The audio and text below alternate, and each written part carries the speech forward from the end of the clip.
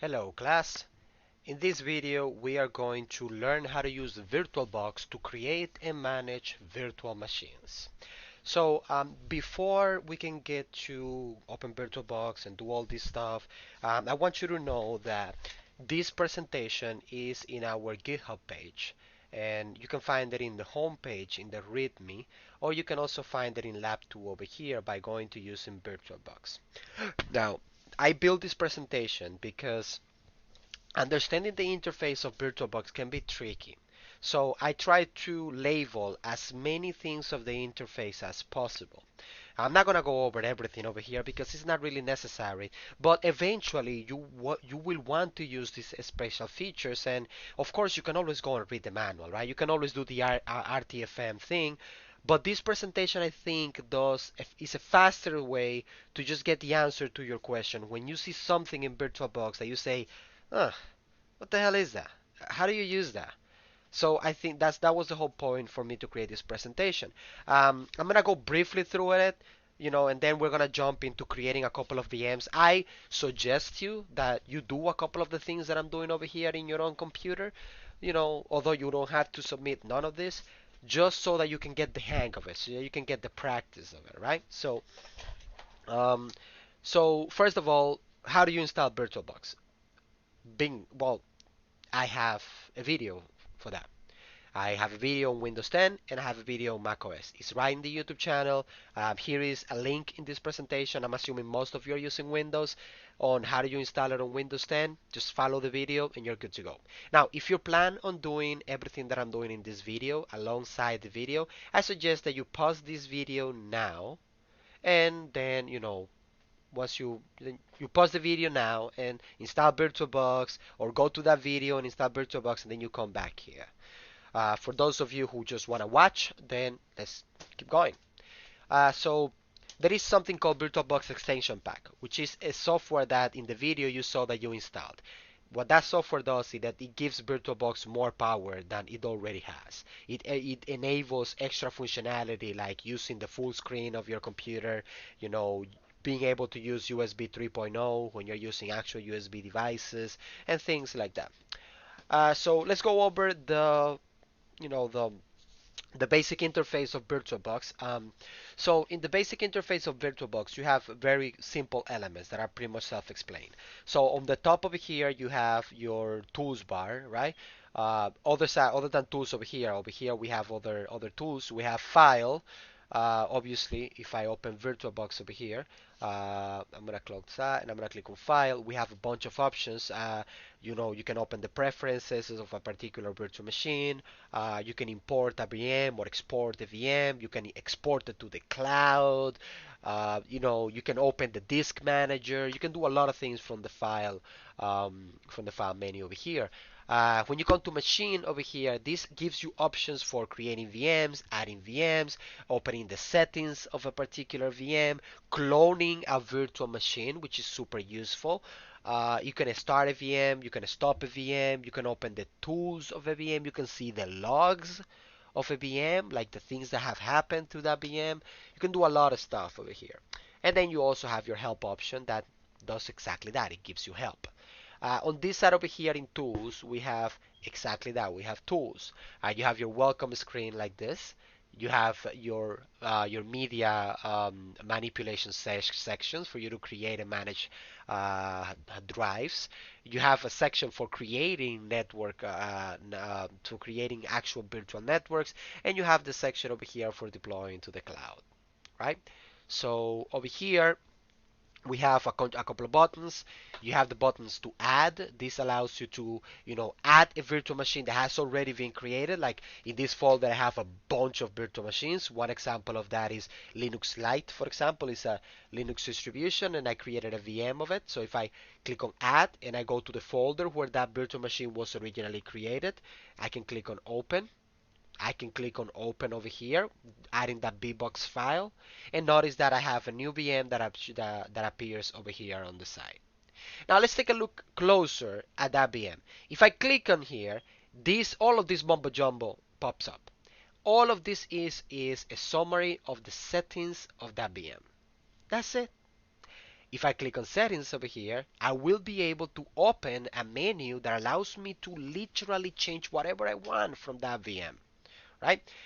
All of this is explained in that presentation. For instance, if I go back to the presentation over here, you're going to notice that I explain each and every one of these items over here one by one. This presentation is long because I try to cover as much as I possibly could.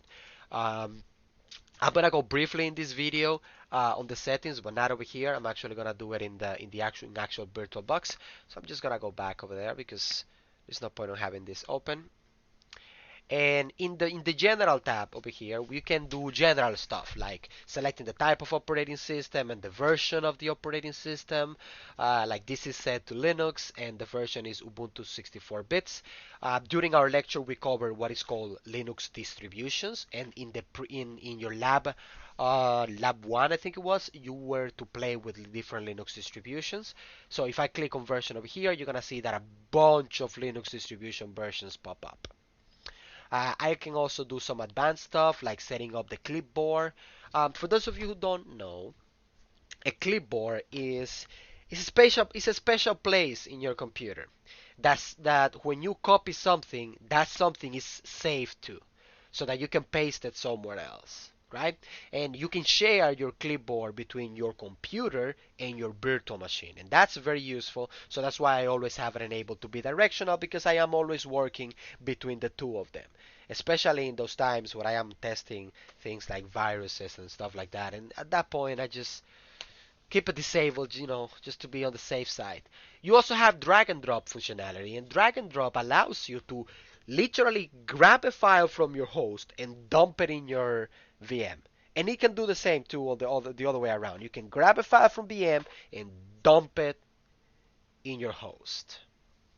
Uh, we also have here a description, and what I use this for, to take notes. For instance, I like to write down the username and the passwords of the computers that I create, of the VM that I create. Why? Because I use different usernames and different passwords, and I tend to to forget them. So I put them in the description. Obviously, in a production environment, I don't do that, and you shouldn't. But for a home lab like this, of course, I want to write it down. I don't want to forget it. In an actual production environment, you will have your own way of managing passwords. And also you have disk encryption, and for those of you who don't know, encryption is nothing but making data. It's nothing but scrambling data. So it's an algorithm, it's a mathematical formula that it scrambles data on your hard drive, right, until a given password is given, so that that data cannot be read by people who do not have the decryption key. It's a security feature. If you are deploying a server in a virtual environment, you you should encrypt your hard disk. Security above all. In system, we can change some of the settings of our VM, some more of the virtual hardware. For example, we can increase or decrease the amount of RAM, the amount of memory that it has. This VM has 2 gigabytes of RAM at the moment. 2048 megabytes, it's equal to 2 gigabytes. I can also change the boot order or literally remove items from the boot order. The boot order is nothing but the order in which your computer looks for operating systems to load. Your virtual machine has a virtual bootloader as well. I am gonna remove the floppy disk because I am definitely not gonna boot from a floppy disk. Those of you who don't know what a floppy disk, Google it. You'll have some fun. Um, we can also increase the amount of processors that this computer have. Linux Lite is a very lightweight Linux distribution, and it does it will run fine with a single core CPU. So I only have one core, one CPU. Since I have a quad core CPU, I can assign up to 3 CPUs, no more than 3. If I move it to 4, I'm pushing it too far. My computer needs to operate as well. Also, we have here. Oh, sorry. I want it to be in one. There you go. And you also have hardware acceleration that you can enable from there. Display. This is where you can set the amount of video memory that you want your computer to have. Right now, this computer has 101 megabytes. I can also enable 3D acceleration. I can only enable this if I have the guest editions installed. Otherwise, it won't be able to enable this. I can also increase the monitor count in case I want my VM to use more than one monitor. You know, I can set up remote display, and I can also set up recording if I want to. In a storage, here I can control, the drives that are connected to my virtual machine, right? The virtual hard drives that are connected to my virtual machine. I have this SATA hard drive connected over here, and this IDE controller, which is literally a fake DVD drive, is empty. I can also set up the audio card. I can enable the audio card, or I can disable the audio card on my computer. I don't need audio on my virtual machine, so I'm gonna leave it off. But you can enable and disable it over there. For those of you who are using a Mac computer, I suggest that you disable the audio controller, because in the past, I have given some of my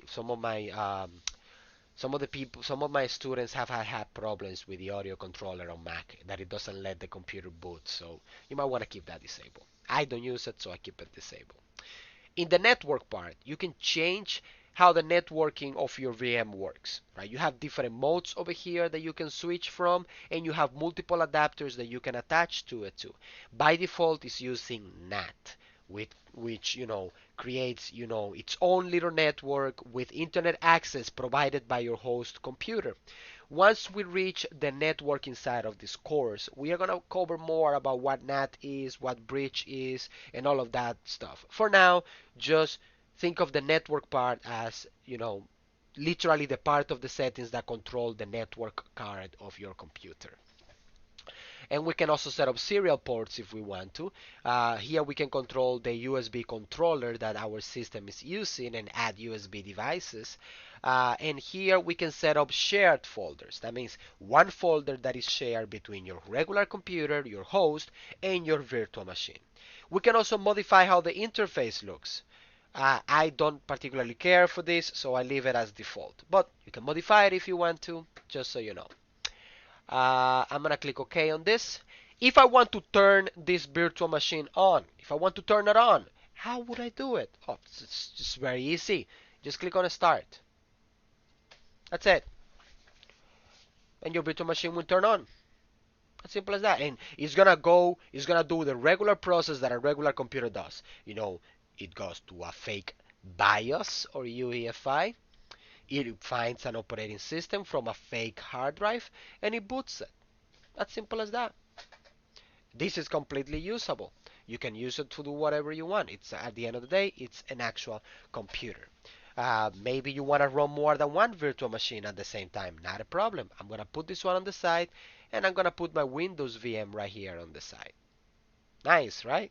Very, very, very cool. Very cool. So this is my Windows computer over here. And this is my my Linux Lite computer that is booting. Obviously, it's taking a while. It's taking a long time to boot because this computer has 2 gigs of RAM and 1 core CPU. That's like very, very weak hardware. So it is expected to take a little bit to boot. This computer, as you can see, I gave it way much more hardware. Obviously, it's a Windows computer. It requires more hardware than a Linux computer. Um, so what I want to do now here is a couple of things that I want to show you. I want to show you the concept of snapshots. Snapshots allow you to take a picture, to take literally, a picture of your VM at a particular moment in time. And it allows you to revert back to that particular time whenever you want.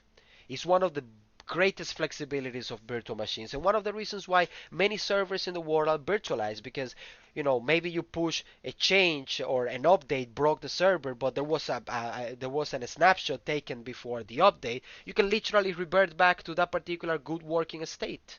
It's a way of traveling back in time.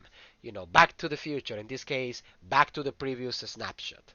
So I'm gonna log in over here. Hopefully I remember the password. Ooh, the first try. I'm gonna play the lottery with that. Okay, so I'm gonna do a couple of changes in my virtual machine, right? Then, as a matter of fact, I have a better idea to demonstrate to you the concept of snapshots. What I'm gonna do is that I'm going to close that because I don't need it, and I am going to turn this off.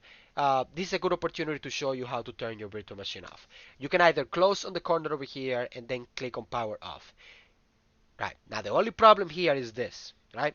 If you choose to do it this way, this is like leaving the button press, the on button press on your computer. So this is just gonna unplug it. Like it's literally doing this is the same as unplugging the cord from the wall to your computer, right? So this is not really the right way of turning off a computer. It can literally break the VM. So the right way of doing it is actually going inside the host computer and turning it off the way it's supposed to, as if it was a real computer. So you can go to menu and you can go to here, turn off, and shut down. In the case of um, Linux Lite, that's the way it will be done. You can also turn your virtual machine off by going into machine. Sorry, right, reset. Right, machine, and then ACPI shutdown. Again, this is like pulling the plug. You can reset your computer. This is the same as pressing the reset button in your machine, and you can pause your VM, which is literally gonna do that. It's just gonna pause the VM. What I'm gonna do is that I'm gonna show you something. I'm gonna go to machine, and I wanna go to no, take a snapshot. Oh, I don't want to take a snapshot now. I want to actually do some changes to this VM. So I want to change the desktop background to something else. Uh, yeah, this is fine. Close. And I'm also gonna create a folder there. I'm gonna call this test folder. You know, this is very similar. Linux Lite is very similar to Windows 10. As a matter of fact, they advertise it as the ultimate Windows replacement. Um, See, as you can see, I have created a folder over here. I have changed the background. I'm gonna turn this computer off now. So I'm gonna open the terminal and I'm just gonna type shut down now. Hey, you got an opportunity to learn a new Linux command. Yay! So my computer is off. You notice that I changed the background and created a folder. Let's assume that I wanna go back to the previous state that my computer was. I can click on the menu over here and I can go to snapshots, right? And notice that I have a previous snapshot that, oh, take a see, restore. You're about to restore a snapshot. Yes, I want to restore. If you tick this on, it will prompt you to create a snapshot of the current state of the virtual machine. And you know what? I want to create a snapshot of the current state of my virtual machine. So I want to click on restore here, but before that I need to create a snapshot of my current state.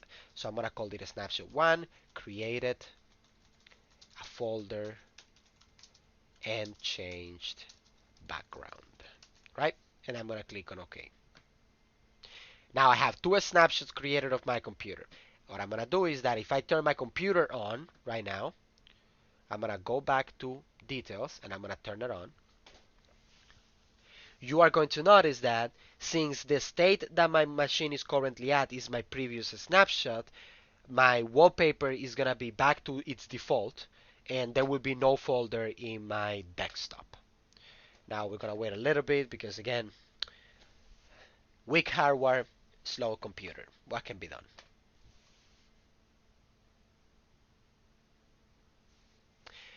Meanwhile that happens, I guess I can show you how to create a virtual machine so that we can save some time. As a matter of fact, just so that we can keep a straight development of this video, I'm gonna pause it, and then once that is done, I'm just gonna resume it. Okay, so Linux Lite has finished booting, so let's log in.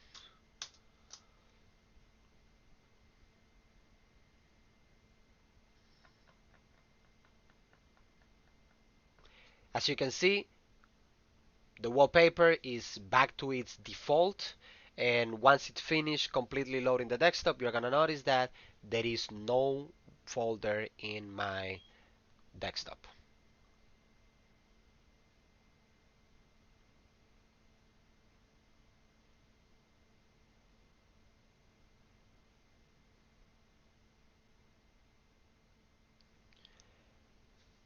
There you go. No folder on the desktop, no new folder on the desktop, and it's back to its original state. Now what I'm gonna do is that I'm gonna turn this computer off. Let's say that you are fed up because the computer is too slow, right? Say, you know what, this is too slow. I'm gonna give it more hardware because I want this computer to be faster. I'm just gonna turn this off right now because I don't particularly using it. And I want to give this computer more power. What I'm gonna do is I want it to be faster, so obviously I'm gonna give it more CPU power. I wanted to have more RAM so that it runs better. So I'm just gonna give 4096, I believe, megabytes for 4 gigabytes of RAM instead of just two. Perfect. And I'm gonna go to display and I'm gonna give it more video power and I'm going to enable 3D acceleration as well. I want this VM to perform really, really good. I have the hardware, so I wanna do it, right? So I have modified this particular VM, right? I'm gonna start the VM.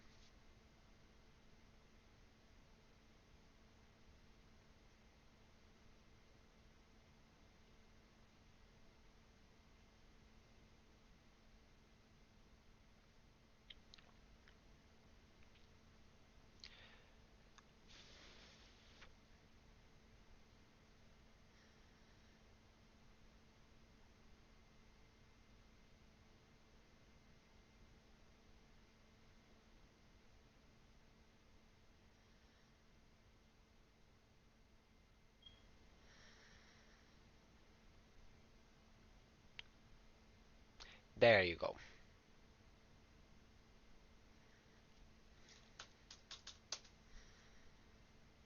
Okay. As you can see, much more quicker, much more faster. But we changed the hardware of the VM, right? And we made it more powerful. We did configurations, right, and everything. Let's turn it off. Let's say I want to go back to the other snapshot that I took before, right? This one over here, the one that had the folder. Okay, so what I'm gonna do is that I'm gonna click on restore and I don't want to take a new snapshot. I just want to restore that particular snapshot and I want to turn my computer on. Notice that the current snapshot that you are at is the one that's gonna be in bold. I'm gonna turn it on.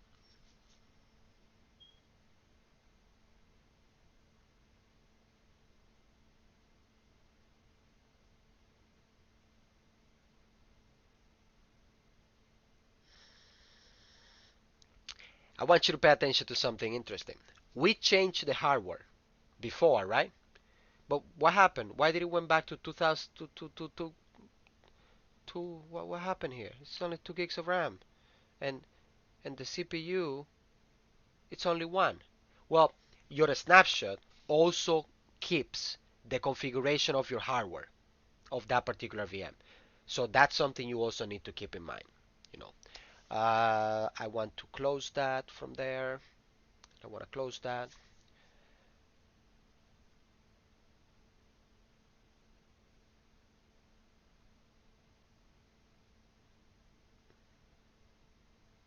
Okay, you can tell already.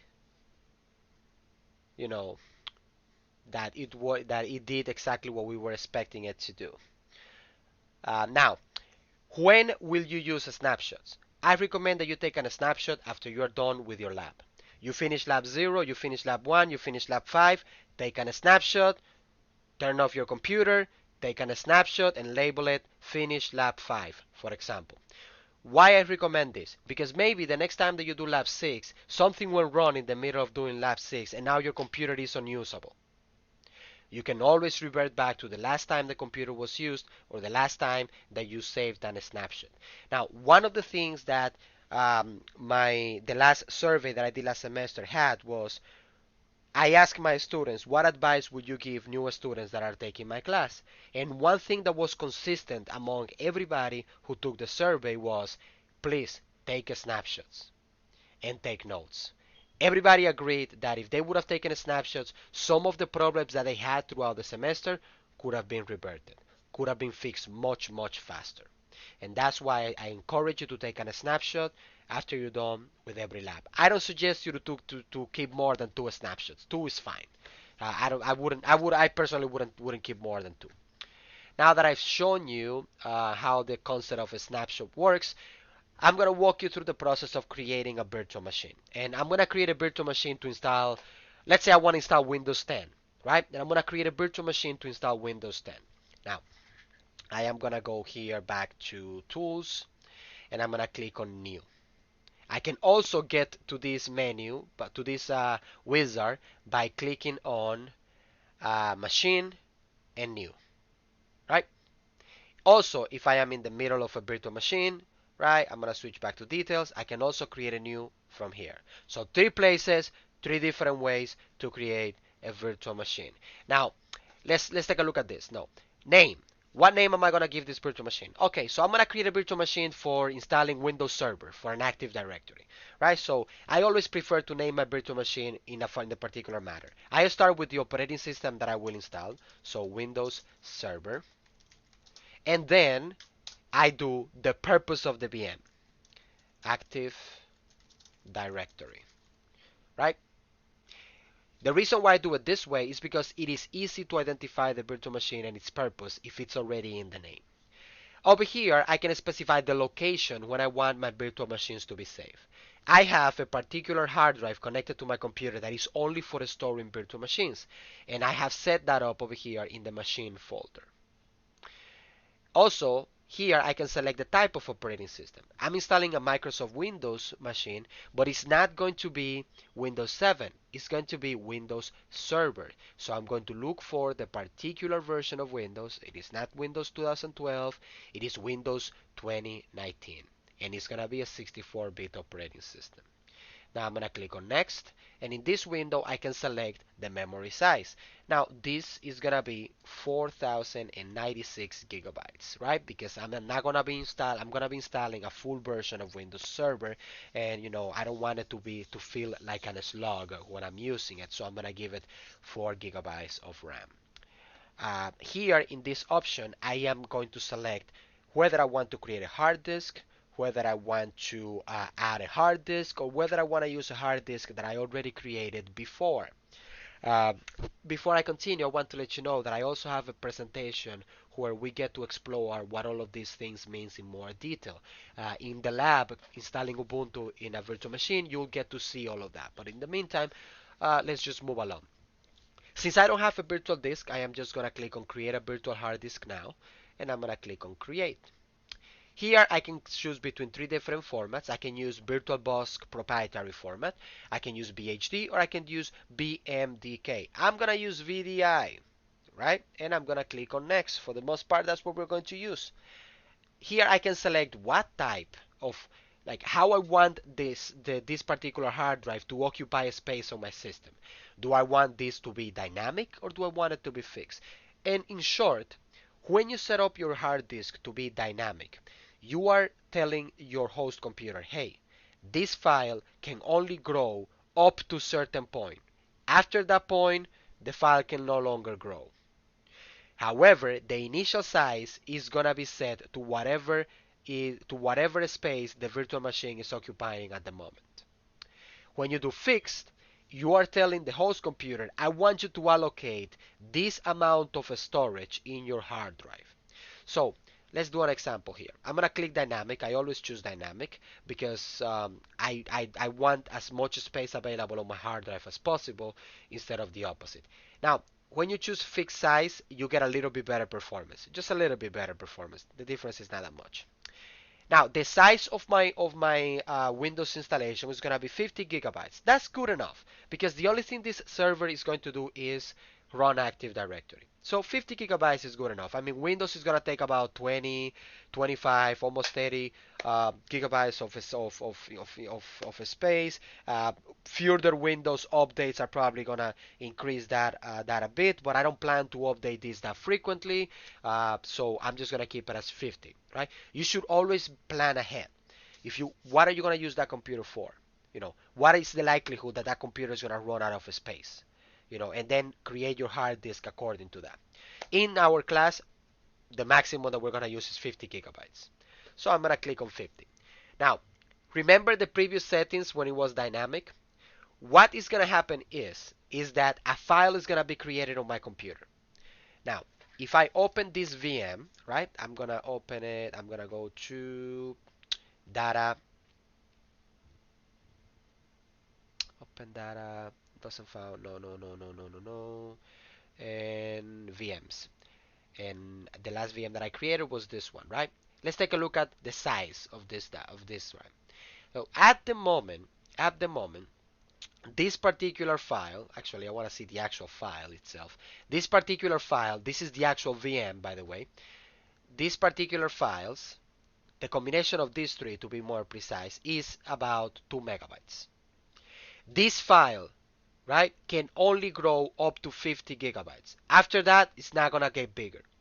If instead I choose to make this file, which is the hard drive, a fixed size, it will be automatically 50 gigabytes taken away from my hard drive, right? It's just gonna block 50 gigabytes away, and that's it. Now that's the difference between dynamic and fixed. Now let's continue over here. Now that I have the settings over here, I can open the settings right over here, and I can adjust the things that I want and the things that I don't want, the things that might work, the things that might not work. Now one thing that I want to show you is this. If I turn on this computer right now, something is going to happen. Something that you might say, Professor, this is an error. Why is this happening? What is this telling me? Well, this window is telling you, hey, can you tell me what is the startup disk? From where do you want me to start this VM? Now, the problem here is that I need to choose from the options that I have over here. And the options that I have here, like this is a warning, that means the file doesn't exist. The file doesn't exist.